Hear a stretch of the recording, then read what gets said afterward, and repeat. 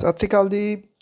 Punjabi radio USA ਦੇ ਸਾਰੇ ਸਰੋਤਿਆਂ ਨੂੰ ਤੇ ਨਿਗਾਹ ਮਾਰਦੇ ਹਾਂ ਜੋ ਕੁਛ ਆਲੇ ਦੁਆਲੇ ਦੇ ਵਿੱਚ ਵਾਪਰ ਰਿਹਾ ਜਾਂ ਵਾਪਰ ਸਕਦਾ ਇਸ ਵੇਲੇ, ਕਿਉਂਕਿ ਗੁਰਪੁਰਬ ਦੀਆਂ ਤਿਆਰੀਆਂ ਹੋ ਰਹੀਆਂ ਨੇ। ਉਹਨੂੰ ਲੈ ਕੇ ਸਿਆਸਤ ਜਿਹੜੀ ਆ ਉਹ ਸਿਖਰਾਂ ਦੇ ਉੱਤੇ ਇਸ ਵੇਲੇ ਚੱਲ ਰਹੀ ਆ। ਇੱਕ ਜਿਹੜਾ ਮੰਚ ਤਿਆਰ ਕੀਤਾ ਜਾ ਰਿਹਾ ਸੀਗਾ ਪੰਜਾਬ ਸਰਕਾਰ ਦੇ ਵੱਲੋਂ ਡੇਰਾ ਬਾਬਾ ਨਾਨਕ ਦੇ ਵਿੱਚ, ਹੁਣ ਉੱਥੋਂ ਇਹ ਪਤਾ ਲੱਗ ਰਿਹਾ ਕਿ ਜਿਹੜੇ ਪ੍ਰਧਾਨ ਮੰਤਰੀ ਨੇ ਉਹ ਉਸ ਮੰਚ ਦੇ ਉੱਤੋਂ ਸੰਬੋਧਨ ਨਹੀਂ ਕਰਨਗੇ ਔਰ ਪ੍ਰਧਾਨ ਮੰਤਰੀ ਡੇਰਾ ਬਾਬਾ ਨਾਨਕ ਦੇ ਵਿੱਚ ਜਿਹੜਾ ਯਾਤਰੀ ਟਰਮੀਨਲ ਇਮਾਰਤ ਹੈ ਉਹਦੇ ਉਦਘਾਟਨ ਕਰਨਗੇ। ਉਦੋਂ ਉਪਰੰਤ ਉਹ ਜਿਹੜਾ ਜੀ ਉੱਥੋਂ ਸੰਬੋਧਨ ਕਰਨਗੇ। ਹਾਲਾਂਕਿ ਪੰਜਾਬ ਦੇ ਕੈਬਨਿਟ ਮੰਤਰੀ ਸੁਖਜਿੰਦਰ ਸਿੰਘ ਰੰਧਾਵਾ ਹੋਰਾਂ ਨੇ ਪ੍ਰਧਾਨ ਮੰਤਰੀ ਨੂੰ ਲਿਖੀ ਇੱਕ ਚਿੱਠੀ ਦੇ ਵਿੱਚ ਸਟੇਜਾਂ ਦੇ ਸੰਬੰਧੀ ਭੰਬਲ ਭੂਸਾ ਜਿਹੜਾ ਜੀ ਉਹ ਦੂਰ ਕਰਨ ਲਈ ਕਿਹਾ।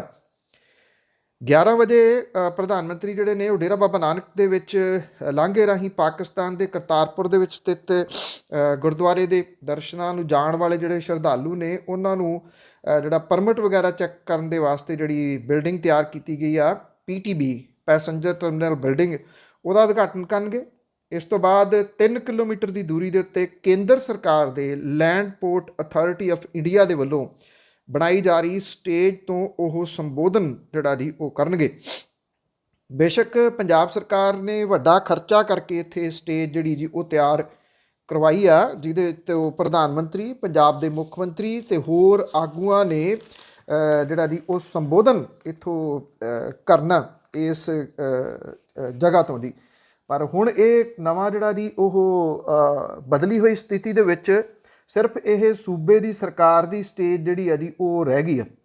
ਇਸ ਤੋਂ ਬਾਅਦ ਪ੍ਰਧਾਨ ਮੰਤਰੀ ਜਿਹੜਾ ਜੀ ਸੁਲਤਾਨਪੁਰ ਲੋਧੀ ਦੇ ਵਿੱਚ ਜਾਣਗੇ, ਜਿੱਥੇ 550 ਸਾਲਾ ਪ੍ਰਕਾਸ਼ ਪੁਰਬ ਦੇ ਨਾਲ ਸੰਬੰਧਿਤ ਸਮਾਗਮ ਨੂੰ ਸੰਬੋਧਨ ਕਰਨਗੇ। ਉਹ ਗੁਰਦੁਆਰਾ ਬੇਰ ਸਾਹਿਬ ਦੇ ਵਿੱਚ ਮੱਥਾ ਟੇਕਣਗੇ। ਸੁਲਤਾਨਪੁਰ ਲੋਧੀ ਦੇ ਵਿੱਚ ਵੀ 2 ਸਟੇਜਾਂ ਲੱਗੀਆਂ ਨੇ, ਇੱਕ ਪੰਜਾਬ ਸਰਕਾਰ ਦੀ, ਦੂਜੀ ਸ਼੍ਰੋਮਣੀ ਗੁਰਦੁਆਰਾ ਪ੍ਰਬੰਧਕ ਕਮੇਟੀ ਦੀ। ਪ੍ਰਧਾਨ ਮੰਤਰੀ ਦੇ ਸ਼੍ਰੋਮਣੀ ਗੁਰਦੁਆਰਾ ਪ੍ਰਬੰਧਕ ਕਮੇਟੀ ਵਾਲੀ ਸਟੇਜ ਤੋਂ ਸੰਗਤ ਨੂੰ ਸੰਬੋਧਨ ਕੀਤੇ ਜਾਣ ਦੀ ਸੰਭਾਵਨਾ ਹੈ, ਕਿਉਂਕਿ ਮੁੱਖ ਮੰਤਰੀ ਕੈਪਟਨ ਅਮਰਿੰਦਰ ਸਿੰਘ ਆਪਣੇ ਵਜ਼ਾਰਤੀ ਸਾਥੀਆਂ, ਵਿਧਾਇਕਾਂ ਅਤੇ ਸ਼ਖਸੀਅਤਾਂ ਸਣੇ ਲਾਂਘੇ ਦੇ ਰਾਹੀਂ ਕਰਤਾਰਪੁਰ ਜਾਣ ਵਾਲੇ ਪਹਿਲੇ ਜੱਥੇ ਦੀ ਅਗਵਾਈ ਕਰਨਗੇ। ਇਸ ਤੋਂ ਇਲਾਵਾ ਉਸੇ ਦਿਨ ਦੁਪਹਿਰੇ 3 ਵਜੇ ਕੈਪਟਨ ਸਰਕਾਰ ਨੇ ਡੇਰਾ ਬਾਬਾ ਨਾਨਕ ਦੇ ਵਿੱਚ ਵੱਡਾ ਸਮਾਗਮ ਜਿਹੜਾ ਜੀ ਉਹ ਕਰਨਾ। ਤੇ ਵੇਖੀਏ ਤਾਂ ਬਾਬਾ ਨਾਨਕ ਦੇ ਸਾਂਝੀਵਾਲਤਾ, ਏਕਤਾ ਅਤੇ ਭਾਈਚਾਰੇ ਦੇ ਸੰਦੇਸ਼ ਦੇ ਉਲਟ ਵੱਖ-ਵੱਖ ਧਿਰਾਂ ਵੱਖ-ਵੱਖ ਸਟੇਜਾਂ ਲਾ ਕੇ ਵੱਖੋ ਵੱਖਰੇ ਸੰਦੇਸ਼ ਜਿਹੜਾ ਜੀ ਉਹ ਦੇਣ ਦੀ ਕੋਸ਼ਿਸ਼ ਜਿਹੜੀ ਆ ਇੱਥੇ ਕਰਨਗੀਆਂ। ਸ਼੍ਰੋਮਣੀ ਗੁਰਦੁਆਰਾ ਪ੍ਰਬੰਧਕ ਕਮੇਟੀ ਦਾ ਪੂਰਾ ਜ਼ੋਰ ਲੱਗਿਆ ਪਿਆ ਜੀ ਕਿ ਇੱਕ ਪਰਿਵਾਰ ਨੂੰ ਜਿਹੜਾ ਉਹ ਮੈਕਸੀਮਮ ਉਭਾਰਿਆ ਜਾਵੇ। ਦੂਜੇ ਪਾਸੇ ਸਰਕਾਰ ਜਿਹੜੀ ਹੈ ਜੀ ਉਹ ਵੀ ਅੰਨਾ ਪੈਸਾ ਇਹਦੇ ਉੱਤੇ ਖਰਚ ਰਹੀ ਆ ਜਿਹੜੇ ਪੰਡਾਲ ਬਣਾਉਣ ਦੇ ਉੱਤੇ। ਔਰ ਪੰਜਾਬ ਦੀਆਂ ਮੁੱਖ ਸਿਆਸੀ ਧਿਰਾਂ ਅਕਾਲੀ ਦਲ ਅਤੇ ਕਾਂਗਰਸ 550 ਸਾਲਾ ਪੁਰਬ ਦੇ ਮੌਕੇ ਦੇ ਉੱਤੇ ਰਾਜਸੀ ਲਾਹਾ ਖੱਟਣ ਦੇ ਵਾਸਤੇ ਇਹ ਖੇਡ ਰਹੀਆਂ ਨੇ। ਔਰ ਇਸ ਖੇਡ ਦੇ ਵਿੱਚ ਹੁਣ ਸੈਂਟਰ ਦੀ ਸਰਕਾਰ ਵੀ ਜਿਹੜੀ ਆ ਜੀ ਉਹ ਤੀਜੀ ਧਿਰ ਦੇ ਵਜੋਂ ਆ ਕੇ ਸ਼ਾਮਲ ਹੋ ਗਈ ਹੈ। ਤਾਂ ਹੀ ਕਰਕੇ ਜਿਹੜੀ ਸਟੇਜ ਡੇਰਾ ਬਾਬਾ ਨਾਨਕ ਦੇ ਵਿੱਚ ਹੈ ਉਹ ਸੈਂਟਰ ਦੇ ਵੱਲੋਂ ਜਿਹੜੀ ਆ ਜੀ ਉਹ ਲਾਈ ਜਾਣੀ ਹੈ, land port authority of India. ਸਿਆਸੀ ਧਿਰਾਂ ਗੁਰੂ ਨਾਨਕ ਸਾਹਿਬ ਦੇ ਸਾਂਝੀਵਾਲਤਾ ਦੇ ਸੰਦੇਸ਼ ਤੋਂ ਮੂੰਹ ਫੇਰ ਗਈਆਂ ਨੇ। ਪੰਜਾਬ ਸਰਕਾਰ ਨੇ LPAI ਵੱਲੋਂ ਸਟੇਜ ਲਾਉਣ ਦੇ ਫੈਸਲੇ ਦਾ ਵਿਰੋਧ ਕੀਤਾ। ਉੱਧਰ ਜਿਹੜੇ ਜਿਵੇਂ ਤੁਹਾਨੂੰ ਦੱਸਿਆ ਕਿ ਸੁਖਜਿੰਦਰ ਸਿੰਘ ਰੰਧਾਵਾ ਨੇ ਚਿੱਠੀ ਜਿਹੜੀ ਹੈ ਜੀ ਉਹ ਲਿਖੀ ਆ। ਪੰਜਾਬ ਸਰਕਾਰ ਦਾ ਇਹ ਕਹਿਣਾ ਹੈ ਕਿ ਕੇਂਦਰ ਦੀ ਸਰਕਾਰ ਨੇ ਅਕਾਲੀ ਦਲ ਦੇ ਆਗੂਆਂ ਦੇ ਕਹਿਣ ਦੇ ਉੱਤੇ ਵੱਖਰੀ ਸਟੇਜ ਲਾਉਣ ਦਾ ਫੈਸਲਾ ਲਿਆ, ਕਿਉਂਕਿ ਰਾਜ ਸਰਕਾਰ ਦੇ ਵੱਲੋਂ ਲਾਈ ਜਾ ਰਹੀ ਸਟੇਜ ਤੋਂ ਅਕਾਲੀਆਂ, ਖਾਸ ਕਰਕੇ ਬਾਦਲ ਪਰਿਵਾਰ ਨੂੰ ਢੁਕਵੀਂ ਜਗ੍ਹਾ ਮਿਲਣ ਦੇ ਆਸਾਰ ਨਹੀਂ। 12 ਨਵੰਬਰ ਨੂੰ ਪ੍ਰਕਾਸ਼ ਪੁਰਬ ਦੇ ਮੌਕੇ ਸਰਕਾਰ ਅਤੇ ਸ਼੍ਰੋਮਣੀ ਗੁਰਦੁਆਰਾ ਪ੍ਰਬੰਧਕ ਕਮੇਟੀ ਦੇ ਵੱਲੋਂ ਪਹਿਲਾਂ ਹੀ ਵੱਖੋ ਵੱਖਰੀਆਂ ਸਟੇਜਾਂ ਲਾਉਣ ਦਾ ਜਿਹੜਾ ਜੀ ਉਹ ਐਲਾਨ ਕੀਤਾ ਗਿਆ। ਔਰ ਇਹ ਤਕਰੀਬਨ ਲੱਗਦਾ ਹੈ ਕਿ ਇਹ ਸਾਰਾ ਕੁਝ ਜਿਹੜਾ ਜੀ ਸਿਆਸਤ ਦੀ ਭੇਂਟ ਜਿਹੜਾ ਉਹ ਚੜ੍ਹ ਜਾਣਾ ਹੈ। ਇੱਥੇ ਜਿਹੋ ਜਿਹੇ ਹਾਲਾਤ ਜਿਹੜੇ ਉਹ ਬਣਾ ਦਿੱਤੇ ਗਏ ਆ, ਬਣੇ ਹੋਏ ਆ, ਕਿਉਂਕਿ ਇਹਦੇ ਵਿੱਚ ਬਾਬੇ ਨਾਨਕ ਦਾ ਸੰਦੇਸ਼ ਕਿਸੇ ਜਗ੍ਹਾ ਦੇ ਉੱਤੇ ਨਹੀਂ ਸੁਣਨ ਨੂੰ ਮਿਲ ਰਿਹਾ। ਸਾਂਝੀਵਾਲਤਾ ਦੀ ਗੱਲ ਜਿਹੜੀ ਜੀ ਉਹ ਕਿਤੇ ਅਲੋਪ ਹੋ ਗਈ ਆ। ਪੰਜਾਬ ਦੇ ਵਿੱਚ ਕਾਂਗਰਸ ਦੀ ਸਰਕਾਰ ਹੋਣ ਕਰਕੇ ਅਕਾਲੀ ਨੇਤਾ ਬਾਦਲ ਪਰਿਵਾਰ ਜਿਹੜਾ ਜੀ ਖਾਸ ਤੌਰ ਦੇ ਉੱਤੇ ਸਰਕਾਰੀ ਸਮਾਗਮਾਂ ਤੋਂ ਲਾਂਭੇ ਆ, ਮੰਨਿਆ ਜਾ ਰਿਹਾ ਕਿ LPI ਵੱਲੋਂ ਵੱਖਰੀ ਸਟੇਜ ਲਾਉਣ ਦੇ ਨਾਲ ਅਕਾਲੀ ਦਲ ਤੇ ਭਾਜਪਾ ਆਗੂਆਂ ਨੂੰ ਮੂਹਰਲੀਆਂ ਜਿਹੜੀਆਂ ਲਾਈਨਾਂ ਨੇ ਉਹਦੇ 'ਚ ਬੈਠਣ ਦਾ ਮੌਕਾ ਮਿਲੂਗਾ। ਕੇਂਦਰੀ ਮੰਤਰੀ ਹਰਸਿਮਰਤ ਕੌਰ ਬਾਦਲ ਕਈ ਦਿਨਾਂ ਤੋਂ ਜਿਹੜੇ ਉਹ ਸਰਗਰਮ ਨੇ। ਪਿਛਲੇ ਸਾਲ ਨਵੰਬਰ ਮਹੀਨੇ ਜਦੋਂ ਦੇਸ਼ ਦੇ ਉਪ ਰਾਸ਼ਟਰਪਤੀ ਵੈਂਕਈਆ ਨਾਇਡੂ ਨੇ ਲਾਂਘੇ ਦਾ ਨੀਂਹ ਪੱਥਰ ਰੱਖਣ ਵਾਸਤੇ ਆਏ ਸੀ ਤਾਂ ਪੰਜਾਬ ਸਰਕਾਰ ਦੀ ਸਟੇਜ ਤੋਂ ਸੁਖਬੀਰ ਸਿੰਘ ਬਾਦਲ ਨੂੰ ਬਿਠਾਉਣ ਦੇ ਮੁੱਦੇ ਦੇ ਉੱਤੇ ਕਾਂਗਰਸੀਆਂ ਨੇ ਹੰਗਾਮਾ ਕੀਤਾ ਸੀਗਾ। ਨੀਂਹ ਪੱਥਰ ਦੇ ਉੱਤੇ ਅਕਾਲੀ ਆਗੂਆਂ ਦਾ ਨਾਂ ਲਿਖੇ ਜਾਣ ਦੇ ਉੱਤੇ ਵੀ ਰਾਜਨੀਤੀ ਜਿਹੜੀ ਜੀ ਉਹ ਗਰਮਾ ਗਈ ਸੀ। ਅਕਾਲੀ ਆਗੂ ਕਹਿੰਦੇ ਆ ਕਿ ਪੰਜਾਬ ਸਰਕਾਰ ਨੇ ਪ੍ਰਕਾਸ਼ ਪੁਰਬ ਸਮਾਗਮਾਂ ਦੇ ਨਾਲ ਸੰਬੰਧਿਤ ਸਾਰੀਆਂ ਕਮੇਟੀਆਂ ਤੋਂ ਅਕਾਲੀ ਦਲ ਨੂੰ ਖਾਸ ਤੌਰ ਤੇ ਬਾਦਲ ਪਰਿਵਾਰ ਨੂੰ ਲਾਂਭੇ ਕੀਤਾ, ਜਿਹਦੇ ਕਰਕੇ ਉਹ ਇਹ ਸਿਆਸੀ ਡਰਾਮਾ ਜਿਹੜਾ ਜੀ ਉਹ ਦੂਜੇ ਤਰੀਕੇ ਦੇ ਨਾਲ ਰਚ ਰਹੇ ਆ ਜੀ। ਗੱਲ ਬਾਬੇ ਦੇ ਪੁਰਬ ਦੀ ਜਿਹੜੀ ਜੀ ਉਹ ਚੱਲ ਰਹੀ ਆ ਤੇ ਗੁਰਦੁਆਰਾ ਨਾਨਕ ਪਿਆਓ ਦਿੱਲੀ ਤੋਂ ਚੱਲਿਆ ਜਿਹੜਾ ਨਗਰ ਕੀਰਤਨ ਸੀਗਾ ਉਹ ਅਟਾਰੀ ਵਾਹਗਾ ਸਰਹੱਦ ਦੇ ਰਾਹੀਂ ਨਨਕਾਣਾ ਸਾਹਿਬ ਪਾਕਿਸਤਾਨ ਜਿਹੜਾ ਜੀ ਉਹ ਚਲੇ ਗਿਆ। ਸ਼ਾਮ ਨੂੰ ਜਿਹੜਾ ਸੀਗਾ ਜੀ ਇਹ ਨਨਕਾਣਾ ਸਾਹਿਬ ਪਹੁੰਚ ਗਿਆ। ਵਾਹਗਾ ਸਰਹੱਦ ਦੇ ਉੱਤੇ ਇਹਦਾ ਸਵਾਗਤ ਕਰਨ ਦੇ ਵਾਸਤੇ ਲਹਿੰਦੇ ਪੰਜਾਬ ਦੇ ਰਾਜਪਾਲ ਚੌਧਰੀ ਮੁਹੰਮਦ ਸਰਵਰ ਪਹੁੰਚੇ ਹੋਏ ਸੀ। ਉਹਨਾਂ ਦੇ ਨਾਲ ਇਵੈਕਿਊ ਟਰਸਟ ਪ੍ਰਾਪਰਟੀ ਬੋਰਡ ਦੇ ਚੇਅਰਮੈਨ ਡਾਕਟਰ ਆਮਦ ਅਹਿਮਦ, PGPC ਦੇ ਪ੍ਰਧਾਨ ਸਤਵੰਤ ਸਿੰਘ ਜਿਹੜੇ ਜੀ ਉਹ ਵੀ ਇੱਥੇ ਪਹੁੰਚੇ ਹੋਏ ਸੀਗੇ। ਇਹਦੇ ਵਿੱਚ ਇੱਕ ਜਿਹੜੀ ਵਾਪਰਿਆ ਸਾਰਾ ਕੁਝ ਉਹਦੇ ਵਿੱਚ ਇਹ ਹੋਇਆ ਕਿ ਜਿਹੜਾ ਪਰਮਜੀਤ ਸਿੰਘ ਸਰਨਾ ਸੀ ਉਹਨਾਂ ਨੂੰ ਨਹੀਂ ਜਾਣ ਦਿੱਤਾ ਗਿਆ ਜੀ, ਉਹਨਾਂ ਨੂੰ ਰੋਕ ਲਿਆ ਗਿਆ ਇਮੀਗ੍ਰੇਸ਼ਨ ਵਿਭਾਗ ਦੇ ਵੱਲੋਂ। ਜਿਹੜਾ ਭਾਰਤ ਵਾਲੀ ਸਾਈਡ ਦੇ ਉੱਤੇ ਇਹ ਆਖਿਆ ਗਿਆ ਕਿ 2012 ਦੇ ਵਿੱਚ ਦਿੱਲੀ ਦੀ ਪੁਲਿਸ ਦੇ ਵੱਲੋਂ ਇੱਕ ਕੇਸ ਉਹਨਾਂ ਦੇ ਉੱਤੇ ਦਰਜ ਕੀਤਾ ਗਿਆ ਸੀਗਾ। ਉਸ ਮਾਮਲੇ ਦੇ ਵਿੱਚ ਉਹਨਾਂ ਨੇ ਜ਼ਮਾਨਤ ਨਹੀਂ ਲਈ। ਪਰਮਜੀਤ ਸਿੰਘ ਸਰਨਾ ਨੇ ਆਪਣੀ ਭੜਾਸ ਜਿਹੜੀ ਸੀ ਬਾਅਦ 'ਚ ਪ੍ਰੈਸ ਵਾਲਿਆਂ ਦੇ ਮੂਹਰੇ ਕੱਢੀ ਬਾਦਲ ਪਰਿਵਾਰ ਦੇ ਉੱਤੇ ਤੇ ਕੇਂਦਰ ਦੀ ਸਰਕਾਰ ਦੇ ਉੱਤੇ। ਇਹ ਕਿਹਾ ਕਿ ਜਾਣ ਬੁੱਝ ਕੇ ਉਹਨੂੰ ਰੋਕਿਆ ਗਿਆ। ਉਹਨਾਂ ਨੇ ਇਹ ਵੀ ਗੱਲ ਕਹੀ ਕਿ ਉਹ ਤਾਂ ਅਜੇ 15 ਦਿਨ ਪਹਿਲਾਂ ਪਾਕਿਸਤਾਨ ਜਾ ਕੇ ਆਏ ਆ, ਉੱਥੇ ਸਾਰਾ ਪ੍ਰਬੰਧ ਜਿਹੜਾ ਜੀ ਉਹ ਕਰਕੇ ਆਏ ਆ। ਤੇ ਇਹ ਵੀ ਕਿਹਾ ਕਿ ਜਦੋਂ ਦੇ ਕੇਸ ਦੀ ਗੱਲ ਕੀਤੀ ਜਾ ਰਹੀ ਹੈ 7 ਸਾਲਾਂ ਦੇ ਵਿੱਚ ਉਹ ਤਾਂ ਕਈ ਵਿਦੇਸ਼ੀ ਦੌਰੇ ਜਿਹੜੇ ਆ ਜੀ ਉਹ ਆਪਣੇ ਬਿਜ਼ਨਸ ਦੇ ਸਬੰਧ ਦੇ ਵਿੱਚ ਕਰ ਚੁੱਕੇ ਆ, ਕਦੀ ਉਹਨਾਂ ਨੂੰ ਜਿਹੜਾ ਜੀ ਉਹ ਰੋਕਿਆ ਨਹੀਂ ਗਿਆ। ਇਹ ਉਹਨਾਂ ਨੇ ਇਹ ਕਿਹਾ ਕਿ ਸਿਆਸਤ ਤੋਂ ਪ੍ਰੇਰਿਤ ਹੈ। ਵੈਸੇ ਜਦੋਂ ਤੋਂ ਪਰਮਜੀਤ ਸਿੰਘ ਸਰਨਾ ਹੋਰਾਂ ਨੇ ਜਿਹੜਾ ਜੀ ਇਹ ਨਗਰ ਕੀਰਤਨ ਦੀ ਗੱਲ ਜਿਹੜੀ ਉਹ ਕੀਤੀ ਸੀ ਪਾਲਕੀ ਲੈ ਕੇ ਜਾਣ ਵਾਲੀ, ਉਦੋਂ ਤੋਂ ਸਿਆਸਤ ਜਿਹੜੀ ਹੈ ਜੀ ਉਹ ਹੋ ਰਹੀ ਆ ਦਿੱਲੀ ਦੇ ਵਿੱਚ ਵੀ। ਦਿੱਲੀ ਸਿੱਖ ਗੁਰਦੁਆਰਾ ਮੈਨੇਜਮੈਂਟ ਕਮੇਟੀ ਦੇ ਉੱਤੇ ਬਾਦਲ ਪਰਿਵਾਰ ਦਾ ਜਿਹੜਾ ਜੀ ਉਹ ਕਬਜ਼ਾ, ਜਿਹਦੇ ਕਰਕੇ ਤੁਸੀਂ ਇਹ ਕਹਿ ਸਕਦੇ ਹੋ ਕਿ ਇਹ ਸਾਰਾ ਕੁਝ ਜਿਹੜਾ ਜੀ ਇੱਕ ਦੂਜੇ ਦੇ ਨਾਲ ਕਿਤੇ ਨਾ ਕਿਤੇ ਜੁੜਿਆ ਜਿਹੜਾ ਜੀ ਹੋਇਆ। ਇਹ ਧੜੇਬੰਦੀ ਜਿਹੜੀ ਆ ਜੀ ਉਹ ਕਿਤੇ ਵੀ ਘੱਟ ਨਹੀਂ ਆ, ਪੰਜਾਬ ਦੇ ਵਿੱਚ ਨਹੀਂ ਦਿੱਲੀ ਦੇ ਵਿੱਚ ਵੀ। ਸੋ ਇਹ ਬਾਬੇ ਨਾਨਕ ਦੇ ਸਿਰ ਜੋੜ ਕੇ ਜਿਹੜੇ ਬੈਠਣ ਵਾਲਾ ਜਿਹੜਾ ਫਲਸਫਾ ਸੀਗਾ ਜਾਂ ਜਿਹੜਾ ਤਰਕ ਦੇ ਨਾਲ ਜਵਾਬ ਦੇਣ ਵਾਲਾ, ਉਹਦੇ ਤੋਂ ਕੋਹਾਂ ਜਿਹੜਾ ਜੀ ਉਹ ਦੂਰ ਹੈ। ਵੈਸੇ ਇਹ ਸਿਆਸੀ ਤਮਾਸ਼ਾ ਜਿਹੜਾ ਜੀ ਉਹ ਜਾਰੀ ਰਹੂਗਾ ਜਦੋਂ ਤੱਕ ਬਾਬੇ ਦਾ ਪੁਰਬ ਜਿਹੜਾ ਜੀ ਉਹ ਲੰਘ ਨਹੀਂ ਜਿਹੜਾ ਜੀ ਉਹ ਜਾਂਦਾ, ਉਦੋਂ ਤੱਕ ਇਹ ਸਾਰਾ ਕੁਝ ਜਿਹੜਾ ਜੀ ਉਹ ਚੱਲਦਾ ਰਹੂਗਾ। ਕਿਉਂਕਿ ਸਿਆਸੀ ਧਿਰਾਂ ਇਹ ਸੋਚਦੀਆਂ ਨੇ ਕਿ ਬਾਬੇ ਦਾ ਪੁਰਬ ਮਨਾਉਣ ਆਉਣ ਵਾਲੇ ਲੋਕ ਜਿਹੜੇ ਨੇ ਉਹ ਵੋਟ ਬੈਂਕ ਨੇ, ਤੋ ਉਹ ਸਿਰਾਂ ਨੂੰ ਇਹ ਵੋਟਾਂ ਦੇ ਰੂਪ ਦੇ ਵਿੱਚ ਜਿਹੜਾ ਜੀ ਉਹ ਗਿਣਦੇ ਨੇ।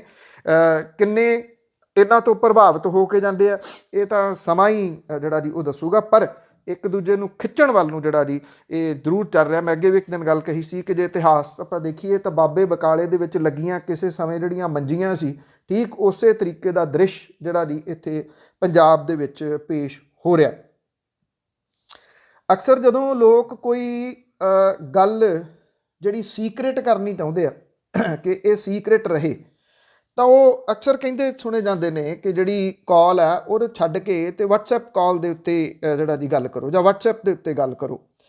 ਪਰ ਹੁਣ WhatsApp ਵੀ ਸੁਰੱਖਿਅਤ ਜਿਹੜਾ ਜੀ ਉਹ ਨਹੀਂ ਰਿਹਾ। ਫੇਸਬੁੱਕ ਦੀ ਮਾਲਕੀ ਵਾਲੇ WhatsApp ਨੇ ਖੁਲਾਸਾ ਕੀਤਾ ਹੈ ਕਿ ਇੱਕ ਅਣਪਛਾਤੀ ਇਕਾਈ ਨੇ ਇਜ਼ਰਾਈਲ ਦੀ ਜਸੂਸੀ ਸਾਫਟਵੇਅਰ ਹੈ ਪੈਗਾਸਸ, ਇਹਦੀ ਵਰਤੋਂ ਕਰਦਿਆਂ ਹੋਇਆ ਪੱਤਰਕਾਰਾਂ, ਭਾਰਤ ਦੇ ਵਿੱਚ ਜਿਹੜੇ ਪੱਤਰਕਾਰ ਨੇ ਉਹਨਾਂ ਦੀ ਤੇ ਮਨੁੱਖੀ ਅਧਿਕਾਰ ਦੇ ਵਾਸਤੇ ਲੜਨ ਵਾਲੇ ਜਿਹੜੇ ਲੋਕ ਨੇ ਉਹਨਾਂ ਦੀ ਜਸੂਸੀ ਕੀਤੀ ਹੈ। ਔਰ ਇਸ ਸਾਫਟਵੇਅਰ ਦੇ ਨਾਲ ਨਾ ਸਿਰਫ ਜਿਹੜੇ ਇੰਡੀਅਨ ਨੇ ਬਲਕਿ ਇੰਟਰਨੈਸ਼ਨਲ ਪੱਧਰ ਦੇ ਉੱਤੇ ਵੀ ਲੋਕਾਂ ਨੂੰ ਨਿਸ਼ਾਨਾ ਬਣਾਇਆ ਗਿਆ। WhatsApp ਦਾ ਕਹਿਣਾ ਇਹਦੇ ਉੱਤੇ ਕਿ ਇਜ਼ਰਾਈਲ ਦੀ ਨਿਗਰਾਨੀ ਦੀ ਫਰਮ ਜਿਹੜੀ NSO ਗਰੁੱਪ ਹੈ ਉਹਦੇ ਖਿਲਾਫ ਕੈਲੀਫੋਰਨੀਆ ਦੀ ਇੱਕ ਅਦਾਲਤ ਦੇ ਵਿੱਚ ਕੇਸ ਦਾਇਰ ਕੀਤਾ। ਭਾਰਤ ਸਰਕਾਰ ਨੇ ਵੀ WhatsApp ਤੋਂ ਸੋਮਵਾਰ ਤੱਕ ਵਿਸਥਾਰਤ ਜਵਾਬ ਜਿਹੜਾ ਜੀ ਇਹਦਾ ਮੰਗਿਆ। ਮੈਸੇਜਿੰਗ ਸੇਵਾ WhatsApp ਜਿਹੜੀ ਹੈ ਜੀ ਉਹਦਾ ਇਹ ਦੋਸ਼ ਹੈ ਕਿ NSO ਨੇ ਇਹ ਤਕਨੀਕ ਵਿਕਸਿਤ ਕੀਤੀ ਹੈ ਜਿਹਦੀ ਮਦਦ ਦੇ ਨਾਲ 1400 ਜਾਣਿਆਂ ਦੇ ਫੋਨਾਂ ਨੂੰ ਕਿਸੇ ਅਣਪਛਾਤੀ ਇਕਾਈ ਨੇ ਹੈਕ ਕੀਤਾ। ਇਹ 1400 ਜਿਹੜੇ ਵਰਤਣ ਵਾਲੇ ਸੀਗੇ ਜੀ 4 ਮਹਾਦੀਪਾਂ ਦੇ ਨਾਲ ਸੰਬੰਧਿਤ ਨੇ। ਇਹਨਾਂ ਦੇ ਵਿੱਚ ਪੱਤਰਕਾਰਾਂ ਤੋਂ ਇਲਾਵਾ ਕੂਟਨੀਤਕ, ਸਿਆਸੀ ਤੌਰ 'ਤੇ ਬਾਗੀ ਹੋਏ ਵਿਅਕਤੀ ਤੇ ਸੀਨੀਅਰ ਸਰਕਾਰੀ ਅਧਿਕਾਰੀ ਵੀ ਜਿਹੜਾ ਜੀ ਉਹ ਸ਼ਾਮਲ ਨੇ।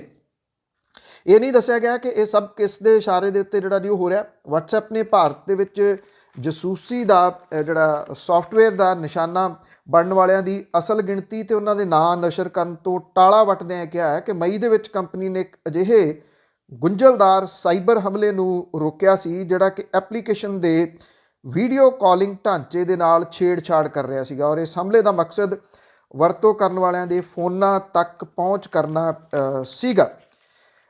ਔਰ ਇਹਦੇ ਨਾਲ ਜਿਹੜਾ ਜੀ ਇੱਕ ਖਲਬਲੀ ਇੱਥੇ ਜ਼ਰੂਰ ਜਿਹੜੀ ਉਹ ਮਚੀ ਹੋਈ ਆ। ਉਧਰ ਇਜ਼ਰਾਈਲੀ ਜਿਹੜੀ ਕੰਪਨੀ ਹੈ NSO ਉਹ ਇਹਨਾਂ ਗੱਲਾਂ ਤੋਂ ਨਾ ਕਰਦੀ ਹੈ। ਕੰਪਨੀ ਕਹਿੰਦੀ ਹੈ ਕਿ ਉਹ ਇਹ ਤਕਨੀਕ ਸਿਰਫ ਲਾਇਸੈਂਸਸ਼ੁਦਾ ਸਰਕਾਰੀ ਸੂਈਆ ਤੇ ਕਾਨੂੰਨ ਏਜੰਸੀਆਂ ਨੂੰ ਮੁਹੱਈਆ ਕਰਾਉਂਦੀ ਹੈ, ਔਰ ਇਹਦਾ ਮੁੱਖ ਮੰਤਵ ਅੱਤਵਾਦ ਤੇ ਗੰਭੀਰ ਅਪਰਾਧਾਂ ਦੇ ਨਾਲ ਨਿਠਣਾ, ਨਾ ਕਿ ਪੱਤਰਕਾਰਾਂ ਦੀ ਜਸੂਸੀ ਜਿਹੜਾ ਜੀ ਉਹ ਕਰਨਾ। ਕਾਂਗਰਸ ਨੇ ਵੀ ਇਹ ਕਿਹਾ ਜੀ ਕਿ WhatsApp ਦੇ ਇਸ ਖੁਲਾਸੇ ਕਿ ਇਜ਼ਰਾਈਲੀ ਸੌਫਟਵੇਅਰ ਦੇ ਰਾਹੀਂ ਭਾਰਤੀ ਪੱਤਰਕਾਰਾਂ ਤੇ ਮਨੁੱਖੀ ਹੱਕਾਂ ਦੇ ਬਾਰੇ ਜਸੂਸੀ ਜਿਹੜੇ ਕਾਰਕੁਨ ਨੇ ਉਹਨਾਂ ਦੀ ਜਸੂਸੀ ਕੀਤੀ ਗਈ ਆ। ਉਹਨਾਂ ਨੇ ਕਿਹਾ ਕਿ ਇਹਦੇ ਨਾਲ ਕੇਂਦਰ ਦੀ ਸਰਕਾਰ ਦੀ ਕਥਿਤ ਜਸੂਸੀ ਜਿਹੜੀ ਆ ਜੀ ਉਹ ਫੜੀ ਗਈ ਆ। ਸੋ ਜੇ ਤੁਸੀਂ WhatsApp ਦੇ ਉੱਤੇ ਕੋਈ ਸੀਕ੍ਰੇਟ ਗੱਲ ਕਰ ਰਹੇ ਹੋ, ਖਾਸ ਤੌਰ ਦੇ ਉੱਤੇ ਭਾਰਤ ਦੇ ਵਿੱਚ ਕਿਸੇ ਨਾਲ, ਤਾਂ ਇਹ ਹੋ ਸਕਦਾ ਹੈ ਕਿ ਉਹਨੂੰ ਜਿਹੜੀ ਜੀ ਉਹ ਸੁਣੀ ਜਾ ਰਹੀ ਹੋਵੇ। ਤਾਂ ਇਹ ਸੀਕ੍ਰੇਟ ਜਿਹੜਾ ਜੀ ਹੁਣ ਨਹੀਂ ਰਿਹਾ ਜੇ ਇਸ ਸਾਰੀ ਰਿਪੋਰਟ ਨੂੰ ਜਿਹੜਾ ਜੀ ਉਹ ਮੰਨੀਏ ਤਾਂ।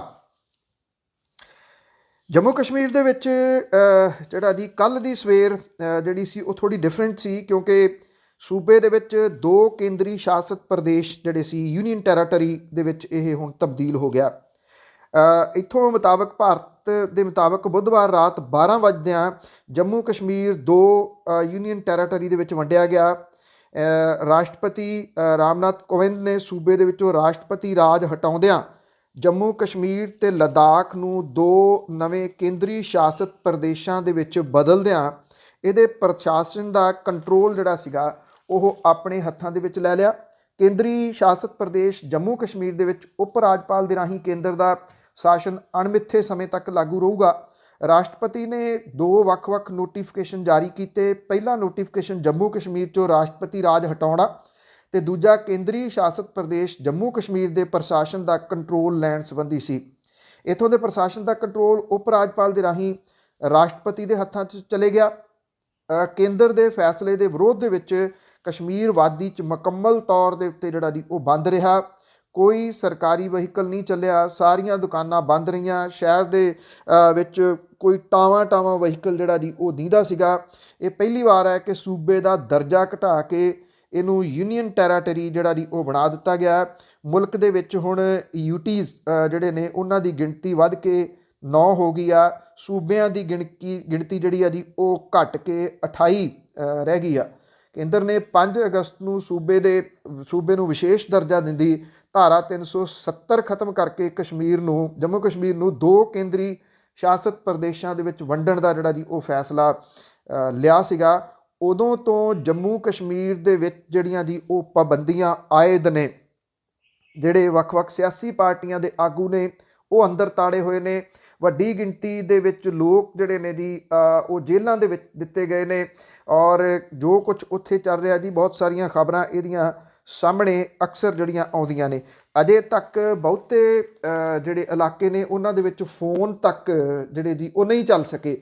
ਇੰਟਰਨੈਟ ਦੀਆਂ ਜਿਹੜੀਆਂ ਸੇਵਾਵਾਂ ਨੇ ਉਹ ਬੰਦ ਨੇ, ਉਹ ਤਾਂ ਫੋਨ ਹੀ ਨਹੀਂ ਚੱਲ ਸਕੇ ਤੇ ਇੰਟਰਨੈਟ ਜਿਹੜੇ ਜੀ ਉਹ ਕਿਵੇਂ ਉੱਥੇ ਚੱਲ ਸਕਦੇ ਨੇ, ਜਿਹਦੇ ਕਰਕੇ ਇਹ ਕਿਹਾ ਜਾ ਰਿਹਾ ਹੈ ਕਿ ਉੱਥੋਂ ਦੇ ਲੋਕਾਂ ਦੀ ਅਸਲ ਕਹਾਣੀ ਜਿਹੜੀ ਹੈ ਜੀ ਉਹ ਅਜੇ ਤੱਕ ਵੀ ਸਾਹਮਣੇ ਨਹੀਂ ਆ ਰਹੀ ਕਿ ਉਹ ਕਿੰਨਾ ਹਾਲਾਤਾਂ ਦੇ ਵਿੱਚੋਂ ਲੰਘ ਰਹੇ ਨੇ।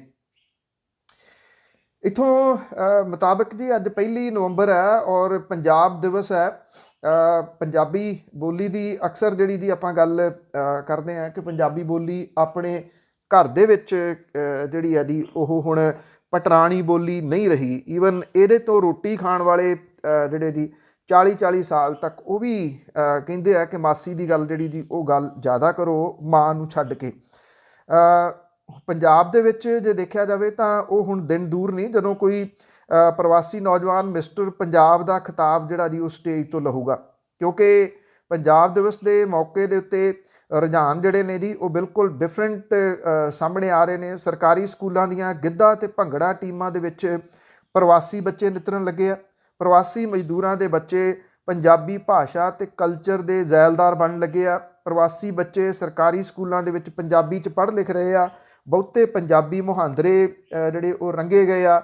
ਪੰਜਾਬ 'ਚ ਇੱਦਾਂ ਦੇ ਸਰਕਾਰੀ ਸਕੂਲ ਵੀ ਨੇ ਜਿਨ੍ਹਾਂ 'ਚ ਨਰੋਲ ਪ੍ਰਵਾਸੀ ਬੱਚੇ, ਪ੍ਰਵਾਸੀ ਜਿਹੜੇ ਮਜ਼ਦੂਰ ਨੇ ਉਹਨਾਂ ਦੇ ਬੱਚੇ ਹੀ ਪੜ੍ਹਦੇ ਆ। ਖਾਸ ਕਰਕੇ ਲੁਧਿਆਣਾ ਸ਼ਹਿਰ ਇਹਦੇ ਵਿੱਚ ਪਹਿਲੇ ਨੰਬਰ 'ਤੇ ਹੈ। ਪੰਜਾਬੀ ਮਾਪਿਆਂ ਦਾ ਰੁਝਾਨ ਅੰਗਰੇਜ਼ੀ ਸਕੂਲਾਂ ਵੱਲ ਹੈ।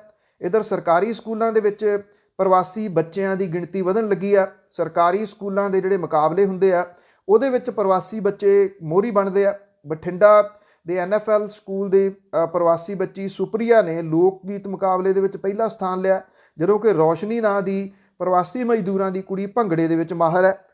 ਬਠਿੰਡੇ ਦੀ ਪਰਸਰਾਮ ਸਕੂਲ ਦੀ ਗਿੱਧਾ ਟੀਮ ਦੇ ਵਿੱਚ ਜ਼ਿਆਦਾ ਪ੍ਰਵਾਸੀ ਮਜ਼ਦੂਰਾਂ ਦੀਆਂ ਕੁੜੀਆਂ ਨੇ। ਬਠਿੰਡੇ ਦੇ ਗੁਰੂ ਨਾਨਕ ਸਕੂਲ ਦੇ ਵਿੱਚ ਪ੍ਰਵਾਸੀ ਬੱਚਿਆਂ ਨੇ ਮੁਸਕਾਨ ਤੇ ਖੁਸ਼ਬੂ ਜਿਹੜੀ ਉਹਨੇ ਸ਼ਬਦ ਗਾ ਕੇ ਮੁਕਾਬਲਾ ਜਿਹੜਾ ਜੀ ਉਹ ਜਿੱਤਿਆ। ਇਹਦੇ ਵਿੱਚ 80% ਪ੍ਰਵਾਸੀਆਂ ਦੇ ਬੱਚੇ ਸੀਗੇ ਜੀ। ਬਰਨਾਲੇ ਦੇ ਵਿੱਚ ਝੁੱਗੀ ਝੌਂਪੜੀ ਦੇ ਵਿੱਚ ਰਹਿਣ ਵਾਲਾ ਰੋਹਦਾਸ ਨਾਂ ਦਾ ਜਿਹੜਾ ਪ੍ਰਵਾਸੀ ਬੱਚਾ ਜੀ ਉਹ ਐਤਕੀ ਨੈੱਟਬਾਲ ਮੁਕਾਬਲੇ ਦੇ ਵਿੱਚ ਪੰਜਾਬ 'ਚੋਂ ਫਸਟ ਹੈ ਤੇ ਹੁਣ ਨੈਸ਼ਨਲ ਖੇਡਣ ਜਾਊਗਾ। ਮੋਹਾਲੀ ਦੇ ਪਿੰਡ ਬੜਮਾਜਰਾ ਦੀ ਪ੍ਰਵਾਸੀ ਕੁੜੀ ਹੈ ਜੀ ਮੁਸਕਾਨ, ਉਹ ਕਰਾਟੇ ਮੁਕਾਬਲੇ ਦੇ ਵਿੱਚ ਮੁੰਬਈ ਤੱਕ ਜਾ ਆਈ ਹੈ।